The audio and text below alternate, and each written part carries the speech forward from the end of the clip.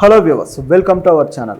Senior నటుడు నరేష్ కుమారుడు తండ్రి మీద కాస్త కినుక వహించినట్టుంది. ఆయన మీద కొన్ని వ్యాఖ్యలు చేశాడు. అదేంటంటే, ఓకే, మా నాన్నని ఎవరు మార్చలేరు, ఆయన అలా ఉన్నాడు, ఆయనకి దాదాపు 3 పెళ్ళిళ్ళు అయ్యాయి, నాకు ఒక పెళ్ళి కూడా లేదు అంటూ ఆయన ఏదో వ్యాఖ్యానించడం జరిగింది. అయితే దాని వెనక ఎందుకు ఆయన ఇట్లా బాధపడ్డాడు, అది ఏంటి అనేది ఒకసారి గమనిస్తే ఆయన భవిష్యత్ ప్రణాళికలు కూడా కొన్ని చెప్పారనుకోండి దీని గురించి. సో ఈ నవీన్ ఎవరైతే ఉన్నారో మన నరేష్ కొడుకు, ఆయన గతంలో ఇంతకుముందు ఒక సినిమా కూడా చేశాడు. ఐ థింక్ నందిని నరసింహం అనుకుంటా. సో ఆ సినిమా పెద్దగా ఏం ఆడలేదు, హీరోగా చేసింది. కానీ మంచి టెక్నీషియన్ ఆయన. నిజానికి అతడు సినిమా, త్రివిక్రమ్ తీసిన అతడు సినిమాకి, కొన్ని సినిమాలకి ఆయన ఎడిటర్గా వర్క్ చేశారు. చాలా మంచి సెన్స్ ఉన్న ఎడిటర్, మంచి పేరు కూడా తెచ్చుకున్నారు, మంచి వర్కహాలిక్ పర్సన్.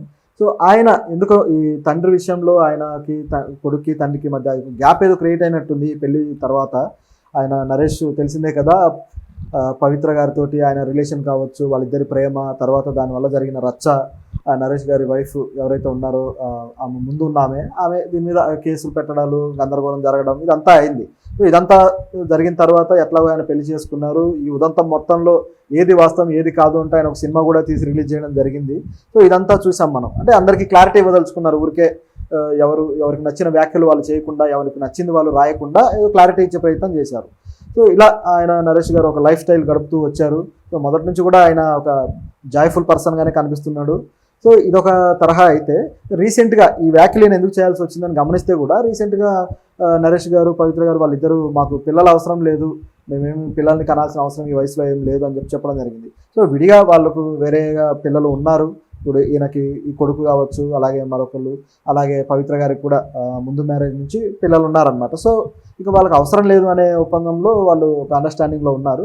అయితే ఈ రీసెంట్గా ఆ విషయం ఎప్పుడైతే వాళ్ళు వ్యాఖ్యానించారో ఆ తర్వాత రోజే నవీన్ ఇట్లా వ్యాఖ్యానించడం జరిగింది. ఏంటంటే, మా నాన్న ఎవరు మారుస్తారు, ఆయన ఏం మార్చలేము, పరిస్థితుల్ని మార్చలేము, ఈ సంఘటనలన్నీ జరిగినప్పుడు నేను బాగా డిప్రెస్ అయ్యాను కూడా అని చెప్పి ఆయన చెప్పడం జరిగింది. సో డిప్రెస్ అయ్యి బాగా వెయిట్ గెయిన్ అయ్యి సో కొంత ఇబ్బంది పడ్డారు అని చెప్పేసి బాగా వార్తలు వచ్చాయి. ఆయన కూడా అది ఒప్పుకున్నారు నిజమే అని చెప్పేసి.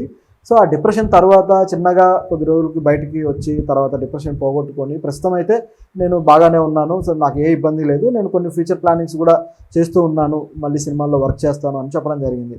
మరి ఆయన నిజంగా సినిమాల్లో వర్క్ చేసేటట్లయితే ఆయన ఎడిటర్గా చేస్తారా, యాక్టర్గా చేస్తారా, లేకపోతే ఇంకేమన్నా వాళ్ళ అమ్మమ్మలాగా డైరెక్షన్ చేస్తారా, ఏం చేస్తారో తెలియదు కానీ బట్ చెప్పడం అయితే జరిగింది.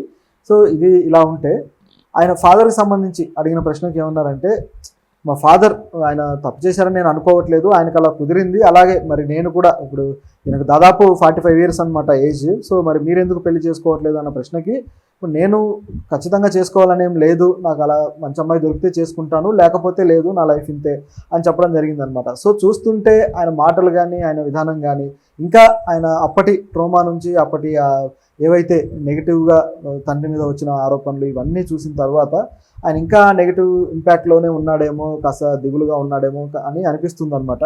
సో ఆయన త్వరగా బయటకు వచ్చి మళ్ళీ ఆయన సినిమా కెరీర్ మొదలు పెడితే బాగుంటుంది. లేకపోతే ఇదే ఎవరైనా సరే ఒక ఒంటరితనం లేదా లోన్లీనెస్ ఎప్పుడైతే ఫీల్ అవ్వడం మొదలు పెడతారో, సో అప్పటి నుంచి తెలియకుండానే చిన్నగా డిప్రెషన్కి గురయ్యే అవకాశం లేకపోలేదు. సో అది బయటికి రావాలి అంటే మాత్రం ఖచ్చితంగా ప్రొఫెషనల్ వర్క్, పైగా ఇది క్రియేటివ్ వర్క్, సినిమా అంటే అంత క్రియేటివిటీ ఉండే వర్క్, క్రియేటివ్ వర్క్లో పెడితే ఆ డిప్రెషన్ నుంచి బయటపడడం కూడా చాలా ఈజీ. ఆ దిగులు నుంచి కానీ, బాధ నుంచి కానీ చాలా ఈజీగా బయటపడగలుగుతారు. సో అలాంటి ప్రయత్నం చేస్తే ఆయన బాగుంటుంది. లేదంటే నా లైఫ్ ఇంతే, ఇట్లాగే వెళ్ళిపోతుంది అని అనుకోవడం కూడా సరైంది కాదు. అంతా బాగానే ఉంది కదా అని తనను తాను సమాధాన పరచుకోవచ్చు, కానీ పరిస్థితులు చూస్తుంటే అలా ఏం కనపడడం లేదు.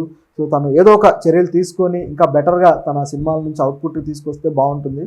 అట్లాగే తన పర్సనల్ లైఫ్ గురించి కూడా ఎక్కువ, యాక్చువల్గా వాళ్ళు బాగానే ఉంటారు కానీ మీడియానే ఊరికే ఏదో ఒక వార్తలు వాళ్ళని గిల్లి ఏదో ఒకటి రాసి ఇవ్వడం వల్ల అవి చదివి డిప్రెస్ అయ్యే పరిస్థితులు ఎక్కువ కనిపిస్తున్నాయి. నిజానికి పర్సనల్ లైఫ్లో ఏమి ఉండదు, వాళ్ళకి అంతా అండర్స్టాండింగ్ బాగానే ఉంటుంది, ఎవరైనా కావచ్చు. కానీ ఎప్పుడైతే మీడియా ఈ వార్తలు వండి ఇది వీళ్ళు ఇలా వాళ్ళు అలా అని రాసి ఈ సర్క్యులేట్ చేస్తుందో రూమర్స్, అప్పుడు అవి చదివిన సన్నిహితులు కావచ్చు, వాళ్ళు చేసే వ్యాఖ్యలు, లేదా వాళ్ళు ఏంటి వీళ్ళు ఇలా ఆలోచిస్తారా, ఏంటి వీళ్ళు ఇలా ఉంటారా, ఈ సెలబ్రిటీ ఇలాంటి వాళ్ళ, ఆ సెలబ్రిటీ ఇంత నెగిటివ్గా ఉంటారా, ఇంత బ్యాడ్గా ఆలోచిస్తారా అంటూ ఏవేవో వ్యాఖ్యలు, ఏవేవో ఇష్టానుసారం ఆర్టికల్స్ రాసినప్పుడు అవన్నీ చదివితే వాటి వల్ల డిప్రెస్ అయ్యే పరిస్థితి ఉందన్నమాట. ఎందుకంటే ఇది డిప్రెషన్కి అసలైన కారణాలు వేరే ఏమి ఉండవు.